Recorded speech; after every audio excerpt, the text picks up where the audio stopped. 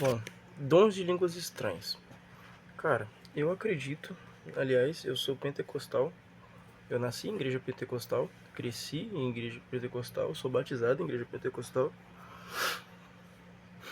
Então eu creio que os dons estão em decorrência nos dias de hoje, eu não sou sensacionista, mas não igual os dons dos apóstolos, né, pessoal? Também não vamos confundir as coisas. Os apóstolos eram pessoas especiais, entre aspas, específicas, para fazer coisas específicas. Então, se o cara chegar para mim hoje e falar, cara, eu sou igual Pedro, eu passo e minha sombra cura, eu vou chamar ele de herege, né? O que eu penso? Dons que a gente não pode duvidar, nem que se tivesse um cara abriu asas e saiu voando. É os dons que estão na Bíblia. Fora disso, eu avalio e julgo da forma correta tudo. Né? Eu testo tudo. Eu só retenho o que é bom. Entendeu? Mas vamos lá. O que eu penso sobre o dom de línguas? O dom de línguas é um dom. E se é um dom, eu penso que ele tem que ser utilizado primariamente para edificação do corpo de Cristo. Então você vai querer falar ele para poder edificar a igreja. O que a Bíblia fala sobre o dom de línguas? Agora eu me lembro de ter três ramificações. A primeira, o dom de línguas idiomático. Idiomático, que é qual? Quando você nunca estudou, nunca fez curso, nunca fez nada, e você fala a língua de forma fluente. Exemplo real, esse rapaz que vos fala, nunca estudou inglês, nunca fez nada de inglês na vida, tá? E eu falo inglês fluentemente, entendo inglês. Não sou nativo, obviamente, mas Deus achou graça de me conceder isso para pregar o evangelho em outras línguas, no tempo certo. Esse é o dom de línguas idiomático. E agora vem o problema, a problematização, que é o dom de línguas estranhas, que está na Bíblia também, que é ali um negócio que só você e Deus. E por que eu falo que é problematizável? Porque, em nome disso, eu já vi gente subindo em pau de sebo, dando cambalhota, imitando um personagem de desenho, e eu não tô nem brincando, eu tô falando sério. E isso não é certo, porque a Bíblia fala que tudo que vem de Deus não é bagunça, e sim ordem e decência. Quanto mais cheio do Espírito Santo, mais humano, racional você é. Tá? E humanos racionais não imitam desenhos animados. Beleza? E por que mais ele é problematizável? Porque simplesmente, galera, simplesmente não tem como. Se o cara chegar pra você e falar lá, blá, blá, blá, e falar que é língua distante, você vai fazer o quê? Né? Você vai fazer o quê?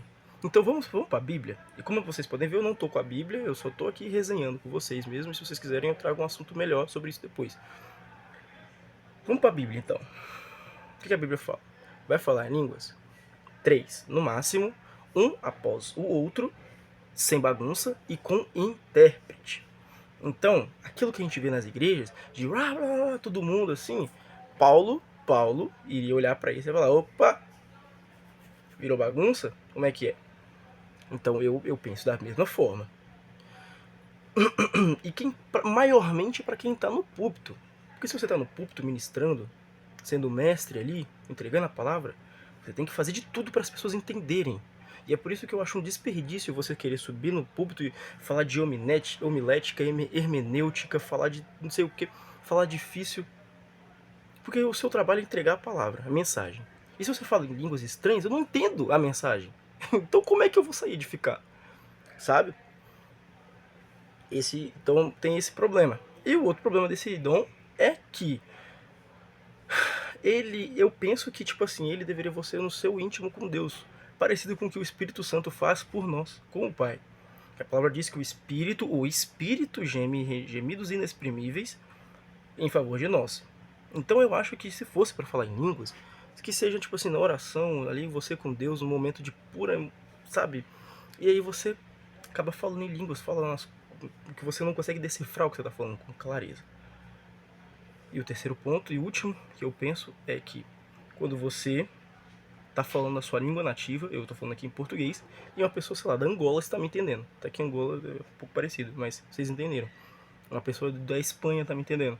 Um europeu está me entendendo, sabe? Eu penso que é assim também. Por que eu penso assim? Lá em Atos, quando o Espírito Santo desce. Pode ser um erro de interpretação meu, tá? Mas quando o Espírito Santo desce, tá lá escrito que eles estavam lá falando e cada um entendia nas línguas respectivas. Então penso que pode ser assim também. Essas são as minhas três opiniões sobre o dom de línguas. e o que eu acho e o que eu não acho sobre o dom de línguas.